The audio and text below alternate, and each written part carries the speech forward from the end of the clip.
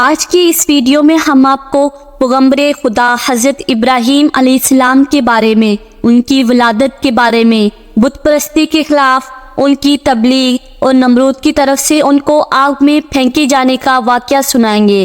لہٰذا آپ سے گزارش ہے ویڈیو کو اینڈ تک ضرور دیکھیے گا۔ نمرود ملک بابل کا بادشاہ تھا جس کا موجودہ نام عراق ہے۔ نمرود ایک ظالم اور مغرور بادشاہ تھا۔ جب نمرود بادشاہ بنا تو اس نے سب کو کہا مجھے خدا مانو۔ اس وقت لوگ لکڑی کے بت بنا کر ان کو پوجتے تھے۔ لوگوں نے نمرود کو اپنا خدا مان لیا۔ جب ان لوگوں کو اس کام میں پڑے ایک عرصہ گزر گیا اور لوگ اللہ کو بھول گئے۔ نمرود کے دربار میں بہت زیادہ نجومی ہوا کرتے تھے۔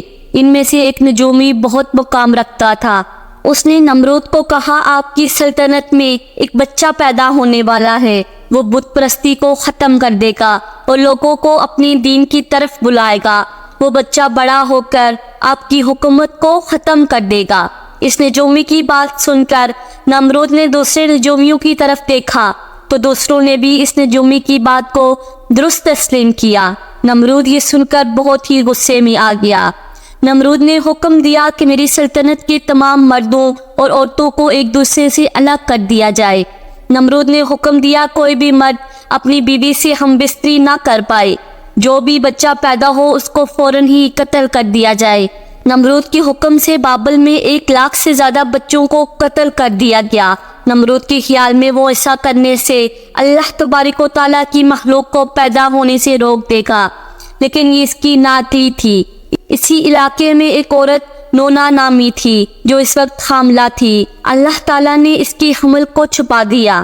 جب اس عورت کے بچہ جننے کا وقت آیا تو وہ نمرود کے درندوں کے ڈر سے شہر سے باہر چلی گئی اور ایک غار میں جا کر پناہ لے لی۔ اس عورت نے اس غار میں جا کر ایک بچے کو جنم دیا۔ اس عورت نے بچے کو غار میں لٹا کر اللہ تعالیٰ سے دعا کی، یا اللہ میں اپنے جگر کے ٹکڑے کو غار میں لٹا کر جا رہی ہوں، تو ہی اس کی حفاظت فرما، تو غفور الرحیم ہے۔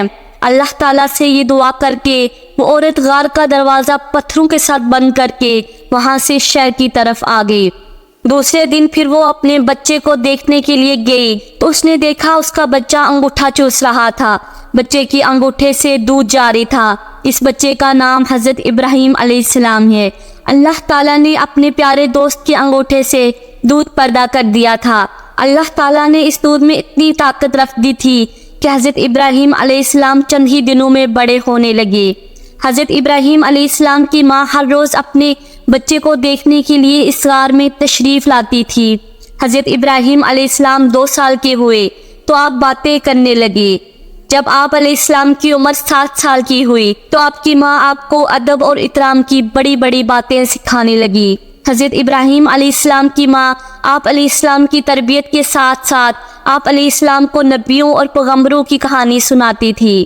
آپ علیہ السلام کی ماں کو کیا پتا تھا کہ جس بچے کو میں کہانیاں سناتی ہوں وہ خود اللہ تبارک و تعالیٰ کے ایک بہترین دوست اور پیغمبر ہیں۔ حضرت ابراہیم علیہ السلام نے اپنی زندگی کے کئی سال اسی غار میں بسر کر دیے۔ ایک دن آپ علیہ السلام کے دل میں شہر دیکھنے کی خواہش پیدا ہوئی۔ آپ علیہ السلام نے اپنی ماں سے کہا ماں جی مجھے اپنے ساتھ شہر میں لے چلو۔ ماں نے کہا بیٹا شہر میں آپ کی جان کو خطرہ ہے، لیکن آپ علیہ السلام رات کے وقت غار سے نکلے اور شہر کی طرف چلے گئے۔ حضرت ابراہیم علیہ السلام کا ایک چچا تھا جس کا نام آزر تھا۔ توریت میں آزر کو حضرت ابراہیم علیہ السلام کا چچا کہا گیا ہے، جبکہ ان کے والد کا نام طارق بتایا جاتا ہے۔